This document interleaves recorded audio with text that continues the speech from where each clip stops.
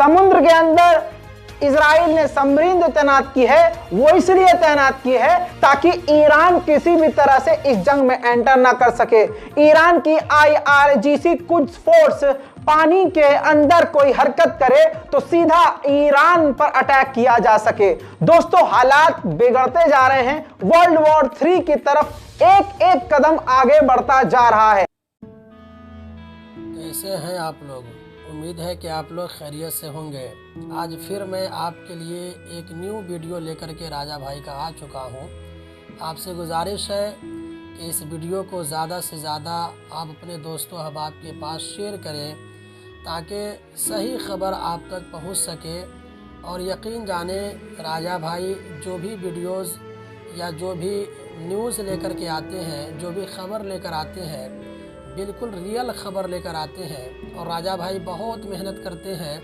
अब आइए वीडियो हम और आप जो है मिल करके देखते हैं। दोस्तों, ये जंग कितनी बढ़ने वाली है किसी को नहीं पता। हालात खराब होते जा रहे हैं। इजराइल क्या चाहता है सारी दुनिया को पता। दोस्तों, ये जंग कितनी बढ़ने वाली है किसी को नहीं पता। हालात खराब होते जा रहे हैं।